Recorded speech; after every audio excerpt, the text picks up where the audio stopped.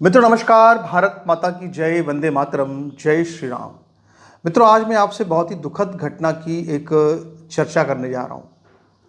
ये घटना होली पर सामने आई है और ये घटना देश की राजधानी दिल्ली की है। देश की राजधानी दिल्ली, जहाँ पर सुप्रीम कोर्ट है, जहाँ पर पूरे देश की सभी महत्वपूर्ण व्यवस्थाओं के दफ्तर हैं, जहाँ पे गृह मंत्रालय है, जहाँ पे प्रधानमंत्री कार्यालय है, जहाँ पे हमारी तीनों सेनाओं के दफ्तर हैं, जहाँ पर देश की राष्ट्रीय सुरक्षा को लेकर तमाम तरह की रोज़ बैठकें होती हैं, जहाँ पे खुफिया एजेंसियों की दफ्तर है और आप तमाम तरह की दिल्ली सबसे बड़ा गढ़ है देश की सभी व्यवस्थाओं का। लेकिन इस दिल्ली के अंदर लगातार जिहाद ना सिर्फ फल फूल रहा है, बल्कि बिल्कुल विषबेल की तरह बहुत तेजी से पूरे दिल्ली को ढकता हुआ चला जा रहा है। यहाँ आए दिन रोज कोई ना कोई ऐसी घटना होती है जिसमें कि कोई हिंदू मुस्लिम की घटना होती है, जिसमें कोई हिंदू को मुसलमानों के द्वारा मार दिया जाता है। और इसके बाद भी यहाँ पर कोई उस घटना पर कभी संज्ञान नहीं लेता, किसी का उस घटना पर कभी कोई खून नहीं खोलता और कोई ये सोचता नहीं कि आखिर देश की राजधानी के अंदर ये हो क्या रहा है। मित्रों मैं आज देश के गृह मंत्री अमित शाह का जो विभाग है उसकी चर्चा आपसे करने जा रहा हूं। अमित शाह का विभाग अनुच्छेद 370 को कमजोर करने के अलावा उन्होंने कोई ऐसा काम किया हो जो कि देश की इंटरनल सिक्योरिटी को लेकर के बहुत बड़ा एक मील का पत्थर कहा जा सके, ऐसा कोई भी काम मुझे दूर दूर तक बिल्कुल भी नजर नहीं आता है। ऐसा नहीं कि उनकी मन में इच्छा नहीं थी, करना नहीं चाहते थे, मन में इच्छा भी थी, करना भी चाहते थे। CAA लेकर के आए, NRC लेकर के आए, लेकिन हमारे जो महामानव हैं प्रधानमंत्री मोदी जी वो पीछे हट गए। अमित शाह ने तो ऐलान किया ही था कि पहले हम CAA लाएंगे, फिर हम NRC लाएंगे। इसके बाद 4 जगह पर मुसलमानों ने नमाजें पढ़ी, धरना प्रदर्शन किया और हमारे प्रधानमंत्री मोदी जी आप जानते हैं उनके बारे में कि ना उठेगा खंजर ना कटार इनसे। हमारे आचार्य श्री धर्मेंद्र जी महाराज अक्सर कहते थे ये बाजू मेरे आजमाए हुए हैं। तो ये तो कायर हैं, इंटरनल सिक्योरिटी पर इनके लिए ये कुछ करेंगे, इनसे कोई उम्मीद करना बेकार है। लेकिन अमित शाह के बारे में लोग कहते चलो अमित शाह कुछ तो करेंगे, लेकिन आज हम दिल्ली की जो दुर्दशा देख रहे हैं, दिल्ली की उस दुर्दशा को देखकर लगता है कि ये इनका भी वही हाल है और इनके भी दिन पूरे हो चुके हैं। मैं आपको उस घटना का जिक्र कर रहा हूं जो इस समय पूरे देश के अंदर एक दुख का सबब बनी हुई है, जो लगातार लोगों के मोबाइल पर पहुंच रही है, जो लगातार ट्विटर पर, हर जगह पर, फेसबुक पर चर्चा का विषय बनी हुई है। मित्रों घटना उत्तम नगर की है। दिल्ली के उत्तम नगर में होली के दिन 4 मार्च को एक 7 साल की लड़की जो कि अपने छत पर होली खेल रही थी, उसके हाथ से एक गुब्बारा छूट गया और वो गुब्बारा गलती से एक मुस्लिम महिला के ऊपर जाकर गिरा और उसके ऊपर पानी की 4-5 बूंदें पड़ गईं। इस छोटी सी घटना ने इतने बड़े विवाद का रूप कैसे लिया? क्योंकि वहां जो हिंदू परिवार था वो लगातार इस पर उसने माफ़ी भी मांगी मुस्लिम परिवार से कि भाई हमसे गलती हो गई, कोई बात नहीं, बच्ची है, हम समझा देंगे। लेकिन इसके बाद भी जो वहाँ पे मुसलमान थे उन्होंने पता नहीं क्या अपने मन में सोच लिया है कि वो इस देश को बर्बाद करना चाहते हैं, क्या चाहते हैं, तबाह करना चाहते हैं। जो प्रत्यक्षदर्शियों के बयान सामने आ रहे हैं, जो वायरल हैं हर जगह पे, वो ये बता रहे हैं कि 40 के करीब जिहादी गुंडे, उत्पाती, उन लोगों ने उस लड़की के घर पर हमला किया, उस छोटी बच्ची के घर पर हमला किया, महिलाओं के साथ में बदसलूकी की, जो कि वहाँ पे घटनाएं महिलाएं बता रही हैं, हर जगह वायरल है। उनके ब्लाउज तक फाड़ डाले और उनके घर में मौजूद एक लड़का जिसकी उम्र तरुण कुमार, जिसकी उम्र 26 साल थी, उसको उन्होंने इतना मारा, वीडियो फुटेज सामने आया है, बैट से मारा, उसको इस तरह से लिंच किया कि उसको वो इतना घायल हो गया कि उसको अस्पताल में ले गए और वहां पर उसकी मौत हो गई। और ये सब किस दिन हुआ? ये सब होली के दिन हुआ। ये सब तब हुआ जब कहते हैं कि साहब दिल्ली में डबल इंजन की सरकार चल रही है। लेकिन ये डबल इंजन की सरकार किस काम की है? जब होली के दिन एक हिंदू को होली खेलने के लिए अगर मार दिया जाए तो बहुत पीड़ा से मैं कह रहा हूं कि फिर ये डबल इंजन की सरकार किस काम की है? ये सुप्रीम कोर्ट, ये आप देखिए क्या स्थिति इनकी है। इनको कभी भी इस घटनाओं पर संज्ञान लेना याद नहीं रहता। तो इतनी दुर्दांत घटना जो हुई, इस घटना के बाद कार्रवाई क्या हुई, या इसके पहले तमाम जो घटनाएं हुई दिल्ली के अंदर, उनमें क्या कार्रवाई हुई? आप सोचिए, तरुण कुमार की आज चर्चा तो बहुत हो रही है, लेकिन इस घटना का सबसे दुखद पहलू यह है कि जो लड़की थी 7 साल की, वो भतीजी थी, और तरुण कुमार जो थे वो चचेरे, मतलब कि उस परिवार के भी नहीं थे, वो चचेरे रिश्ता था उनका, और उनको इस पूरे घटनाक्रम का अंजाम इस तरह से भुगतना पड़ा। मतलब दिल्ली के अंदर पूरी एक फेहरिस्त है मॉब लिंचिंग की, लगातार वहाँ घटनाएं होती रहती हैं, और इसके बाद भी सरकार की तरफ से आज तक कभी कोई सख्त संदेश नहीं गया, कभी कोई सख्त मैसेज नहीं गया।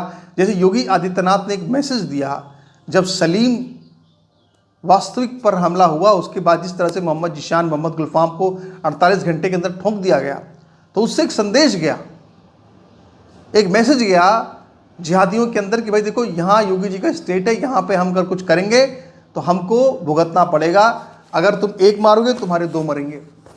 लेकिन यहाँ पर आप देखिए कि दिल्ली में कितनी ऐसी घटनाएं होती, मेरे पर पूरी लिस्ट पड़ी हुई है, मैंने लिस्ट निकाली पूरी आज। और अंकित सक्सेना 2018 में इनका कुछ मामला किसी एक मुस्लिम लड़की के साथ चल रहा था, और इसी वजह से इनको मार दिया गया, बीच चौराहे पर इनकी गला काट दिया गया, इनकी फूड पाइप जो है वो काट दी गई, गला काट दिया गया, सीधे वहीं मौत हो गई। और इस मामले में आजीवन कारावास हुआ है लड़की के माता पिता को, बाकी सब छूट गए क्या? और आजीवन कारावास का क्या मतलब है? मौत का, खून का बदला खून, सीधा इंसाफ यही कहता है। अगर उन्होंने, और ये सब किसकी जिम्मेदारी, रिस्पॉन्सिबिलिटी किसकी है भाई? मोदी की रिस्पॉन्सिबिलिटी है। ये सब मोदी के खाते का है, ये अमित शाह के खाते का है। भाई तुम क्या कर रहे हो? एक आदमी ने गला काट दिया, तुमने उसको आजीवन कारावास दे दिया, उम्र कैद दे दी। क्या उम्र कैद का मतलब है? सीधे मौत की सजा दो। लेकिन वो सब यहाँ नहीं है। दूसरा, 2021 में रिंकू शर्मा का मामला है, मंगोलपुरी में जय श्री राम के नारे लगाए तो उनको 12-15 लोगों ने आकर के मार दिया, पीट लिंच कर दिया। ये घटना कहाँ की? मंगोलपुरी की है। अभी ये मामला विचाराधीन है, इस पर अभी तक कोई भी फैसला नहीं हुआ कोर्ट से, यानी फास्ट ट्रैक अदालतों में जाना चाहिए, वो भी यहाँ पे नहीं है। सबसे पहले बात है कि इस तरह के मामले अदालत में जाने से कोई लाभ ही नहीं है। जिस तरह से यहाँ पे इसको मारा गया रिंकू शर्मा को, अगर ठीक उसी तरह से सीधे कार्रवाई करके अगर 10-15 लोगों का इनकाउंटर होता तो एक मैसेज जाता कि हमको ये नहीं कर रहा है, लेकिन मैसेज जा नहीं रहा। अच्छा, फांसी भी नहीं हो रही किसी को। फांसी हो तो भी समझ में आए, फांसी भी तो किसी को नहीं होती। इसमें से आजीवन कारावास हो गया, फांसी नहीं। आजीवन कारावास का क्या मतलब है? कोई मतलब नहीं है। राहुल राजपूत 2020 का मामला है, किसी एक मुस्लिम लड़की को ट्यूशन पढ़ाता था और उसी से पता नहीं क्या मामला हुआ, उसको वहाँ पे कुछ जुवेनाइल नाबालिग मुसलमानों ने मार दिया। इस मामले में भी अभी तक कोई सज़ा नहीं हुई। दिल्ली दंगे में अंकित शर्मा के साथ क्या हुआ आप जानते हैं। तो ऐसे तमाम केस दिल्ली के अंदर आते रहते हैं और इन पर हमारे अमित शाह का एक्शन जो है नील बटा सन्नाटा है। अमित शाह का एक्शन इस पर नील बटा सन्नाटा है। तो आप वहाँ यहाँ से बैठ करके और दिल्ली से बैठ के लखनऊ की सत्ता हिलाते हैं, लेकिन आपकी नाक के नीचे क्या हो रहा है आपको खबर ही नहीं है। इतना उत्साह बढ़ गया है दिल्ली के अंदर जिहादियों का कि वो होली के दिन, होली के मौके पर, होली के पर्व पर, होली का सिर्फ रंग लगने पर किसी को मार दे रहे हैं। और मैं एक बात बिल्कुल साफ साफ कहूँगा कि ये लोग, इसमें कोई दो राय नहीं कि अमित शाह के अंदर देशभक्ति है, मैं सब मानता हूँ। मोदी के अंदर भी देशभक्ति है। मैं ये नहीं कह रहा कि ये कोई देश के दुश्मन है, गद्दार है, ऐसा बिल्कुल नहीं कह रहा। लेकिन ये राजनेता पहले हैं, ये राजनेता पहले, बाकी इसके बाद हैं। और अभी इनकी प्लानिंग यही चल रही है, ये अपनी राजनीति में ही व्यस्त रहते हैं। वो यूपी में क्या करना है, यूपी में इनकी प्लानिंग ही यही है। उत्तर प्रदेश में यही करना चाहते हैं। ये चाहते हैं कि योगी जी हार जाएं चुनाव, इसके बाद वहाँ पे अखिलेश का राज आ जाए, इसके बाद वहाँ पे जब जिस तरह की घटनाएं दिल्ली में होती हैं, जब ऐसी 10-12 घटनाएं यूपी में हो जाएंगी तो यूपी का हिंदू जो है वो परेशान होकर के बीजेपी को वोट दे देगा, क्योंकि इनको लगता है कि अब 15 साल हो गए और 15 साल लगभग मतलब भाई 12-13 साल तो हो ही गए सरकार चलते हुए इनकी, तो अब सरकार के खिलाफ में अब सरकार तभी बन के आएगी जब कुछ हिंदू मुस्लिम हो, तो वो तब होगा जब योगी जी नहीं रहेंगे, तब होगा, अखिलेश रहेंगे तो होगा। तो ये तो खुद चाहते हैं अखिलेश की सरकार आ जाए, योगी की सरकार गिर जाए, और योगी की सरकार गिरते ही इनकी सरकार पक्की हो जाएगी 2029 की। तो ये राजनीतिज्ञ लोग हैं, देशभक्ति इनके लिए दूसरी सीढ़ी है, इनका पहला लक्ष्य राजनीति में कुर्सी है।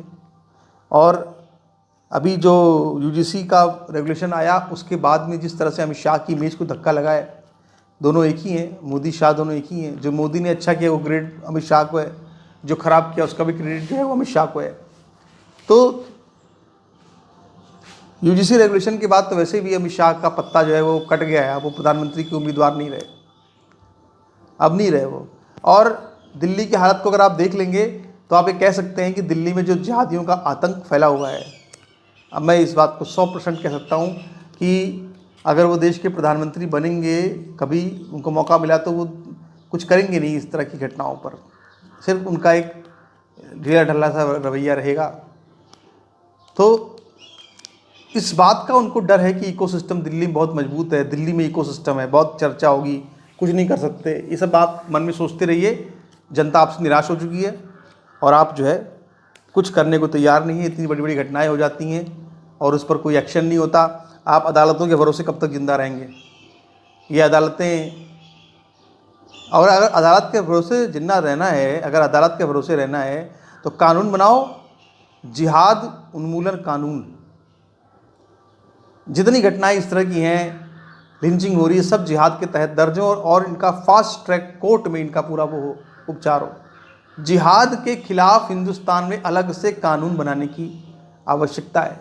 ये सब काम होंगे तो कुछ चीज़ें सही होंगी, वरना तो चलता रहेगा ऐसे ही। फिर बस क्या रखा है, कहीं तरुण कुमार मर गया। और सबसे बड़ी बात यह है कि अधिकांश जो लिंचिंग हुई है दिल्ली के अंदर, उसमें अधिकांश तो लोग सामान्य वर्ग से आते हैं। तो सामान्य वर्ग से आते हैं तो जो लोग, फिर वही बात कह रहा हूँ कि जो लोग जाति के नाम पर पार्टी बनाने की बात कर रहे हैं ना, वो सही दिशा में नहीं जा रहे। हिंदुत्व के नाम पर ही कोई पार्टी बनाओ अगर बनानी हो अलग तो, क्योंकि अगर जात के नाम पे बटोगे तो कटोगे, ये तो तय है, और वो दिन दूर नहीं है। भाई मुल्ला मौलाना तो बिल्कुल बैठे हैं तैयार सफाई करने के लिए, आप जरा सा बटो, अभी देखो समझ में आ जाएगा आपको। तो बहुत हमें सावधान रहने की आवश्यकता है, ये मेरा निवेदन है। आपके क्या विचार हैं, आपने विचार रखिए, कमेंट्स कीजिए हमारे इस वीडियो पर, और वीडियो को शेयर कीजिए, वीडियो को लाइक कीजिए। नमस्कार, धन्यवाद।